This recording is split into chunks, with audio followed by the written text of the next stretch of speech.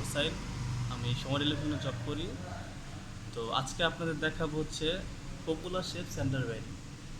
এই হচ্ছে popular shape centre bearing. তো এটা হচ্ছে আরবিআই জেনিয়ন। আরবিআই এটা হচ্ছে পপুলার শেপের মাঝখানে থাকে সেন্টার বিয়ারিং। তো এটা গাড়িতে যখন সমস্যা হয়, এটা হচ্ছে আপনার নোয়া গাড়ির কেয়ার ফোরটি টু নোয়া, টাউনিক্স নোয়া, লাইটেস্ট নোয়া, এগুলো থাকে। এটা হাইস গাড়িতে থাকে, কিন্তু এটা হচ্ছে নোয়া গাড়ির জন্য আনছিলাম। তো এটা হচ্ছে সমস্যা হয় এরকম যে গাড়ির মাঝখানে গাড়ি রানিং চলা অবস্থায় একটা শব্দ করে, অ্যাক্সিলেটর ধরলেই একটা শব্দ করে রানিং, অ্যাক্সিলেটর ছেড়ে দিলে শব্দটা চলে যায়। তো এই সমস্যা যখন হবে তখন মনে করবেন যে এই সেন্টার ব্যারিংয়ের সমস্যা। তো সেন্টার ব্যারিংটা কিনছি, এটা আরবিআই জেনুইন, এটা ভালো পার্টস। তো এই সেন্টার ব্যারিংয়ের ক্ষেত্রে রিকন্ডিশন লাগানো ঠিক হবে না, নতুনটাই বেস্ট। তো নতুনটা কিনছি আরবিআই কোম্পানি, আরও অনেক কোম্পানি আছে, কিন্তু আরবিআই কোম্পানিটা ভালো। আমরা আরবিআই কোম্পানিটাই লাগাই, এটা অনেক ভালো হয়।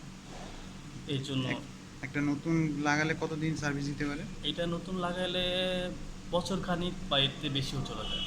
অনেক সময় আমরা লাগাইছি এর আগে আপনার 2 বছর, 2.5 বছরও গেছে, আর কোনোটা 1 বছরও যায়, 1 বছর, বছর খানিক থাকে, এটা নিশ্চিত।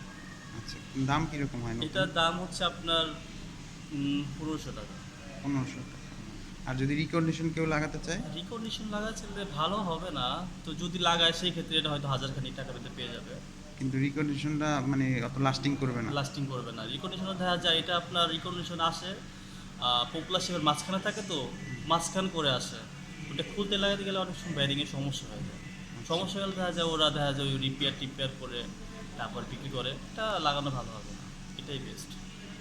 আরবিআই আমরা বুঝবো কী করে? দেখেন এখানে আরবিআইয়ের সিল মারা আছে, একটা পার্ট নাম্বারও লেখা আছে এরকম। আরবিআই জিনিয়নটা এরকম পার্ট নাম্বার, এই সিরিয়াল নাম্বার, পার্ট নাম্বার, এগুলো সব থাকবে। আচ্ছা, এর ভিতরে তো ডুপ্লিকেট আছে, আরবিআই এর ডুপ্লিকেটও তো আছে। আর- দর্শকরা কিভাবে বুঝবে যে এটা অরিজিনাল আরবিআই? আরবিআইয়ের ভিতরে এই যে দেখেন, এই পাশটা দেখেন আপনি, এই পাশটা দেখলেন যে আরবিআই লেখা আর একটা মার্ক করা আছে, আর এই পাশটা দেখবেন আপনার এই যে এই চিহ্নটা দেখেন, দুই পাশে দুইটা চিহ্ন আছে। আপনার ডুপ্লিকেটের এরকম চিহ্নগুলো করতে পারবেন না। আর ফিনিশিংটা দেখতেছেন, ফিনিশিংটা এরকম হবে না, এটা আরও ঘোলাতে হবে। এই যে নকলটা? স্মুথ, নকলটাতে আপনার ঘোলাতে হবে, স্মুথ থাকবে না। আচ্ছা, এই তো আজকে তুমি এই সেন্ট্রাল বিয়ারিং নিয়েই শুধু কথা বলবা, এই তো? হ্যাঁ, আজকে শুধু সেন্টার ব্যাগ নিয়ে কথা বললাম। তো দর্শকদের উদ্দেশ্যে কি বলতে চাও, যে সেন্ট্রাল বিয়ারিং নতুন কেনাই ভালো বা পুরাতন হ্যাঁ, না কিনে? দর্শকদের এটাই বলবো যে সেন্টার ব্যাগ যদি কিনেন আপনারা নতুনই কিনবেন, নতুন কেনাটাই বেস্ট হবে। আর রিকন্ডিশন দরকার নেই, নতুন যেহেতু তাতে কম দামে পাচ্ছি, রিকন্ডিশন কেন লাগাবো? এটা দেখা যায় 1-2 মাস পর আবার শব্দ হয়ে যেতে পারে, ওটা বেস্ট হবে না, নতুনটাই বেস্ট। আচ্ছা, আর ঠিক। আজকে এই পর্যন্তই। নেক্সট টাইমে পরবর্তী ভিডিওতে আবার অন্য কিছু নিয়ে বলবো আপনার সাথে।